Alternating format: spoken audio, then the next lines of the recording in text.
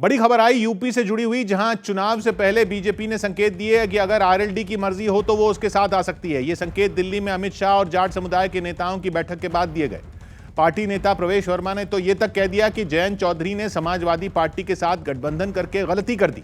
हालांकि बीजेपी नेताओं का यह बयान आते ही जयंत चौधरी ने ट्वीट करके साफ किया कि वो बीजेपी के साथ नहीं आना चाहते। अमित पांडे हमारे साथ जुड़ रहे हैं। अमित, जयंत चौधरी ने तो ट्वीट भी कर दिया।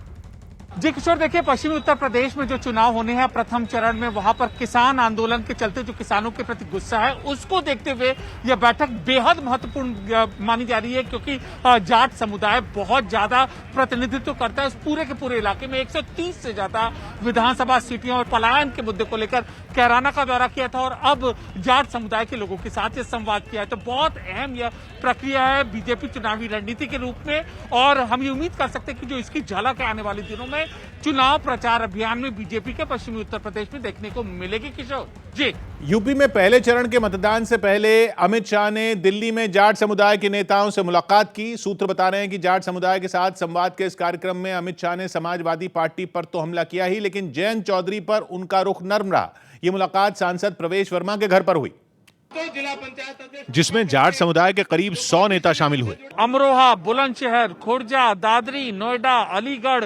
बागपत, मुजफ्फरनगर, मेरठ, हर जगह से जो नेता हैं आए हैं यहाँ पर। इन नेताओं की मौजूदगी में अमित शाह को जाट समुदाय के लोगों के अंदाज में पगड़ी पहनाई गई। इस दौरान इन लोगों ने जाट एकता के नारे भी लगाए।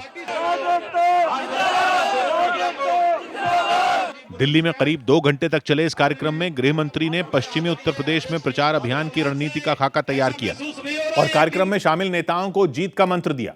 इस दौरान जाट समुदाय के नेताओं ने अमित शाह के सामने अपनी मांगे रखी, जिनमें जाट आरक्षण और गन्ने के दाम से जुड़ी मांगे शामिल हैं।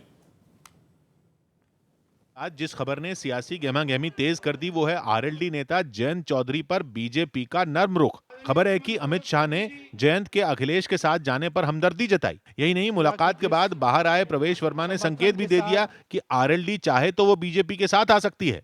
जयंत चौधरी जी ने एक गलत रास्ता चुना है। यहाँ के समाज के लोग उनसे बात करेंगे, उनको समझाएंगे। इलेक्शन के बाद में संभावनाएं खुली रहती हैं। बीजेपी ने भले ही चुनाव के बाद संभावना तलाशने का इशारा किया, लेकिन जयंत इस मूड में नहीं दिखे।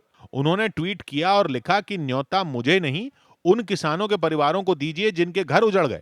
यूपी में 10 फरवरी को पहले चरण का मतदान होना है और इस चरण में पश्चिमी यूपी के कई सीटों पर मतदान होगा। इन सीटों पर जाट समुदाय के वोटर अहम माने जाते हैं, क्योंकि यूपी के इस इलाके में उनकी आबादी करीब 17% है। जाट समुदाय के वोटर पश्चिमी यूपी की करीब 120 विधानसभा सीटों पर असर डालते हैं, जिनमें 30 सीटें तो ऐसी हैं जिन पर ये निर्णायक भूमिका निभा सकते हैं। पश्चिमी यूपी में पहले 2 चरण में चुनाव होना है और जाट समुदाय के वोटरों पर हर पार्टी की नजर है।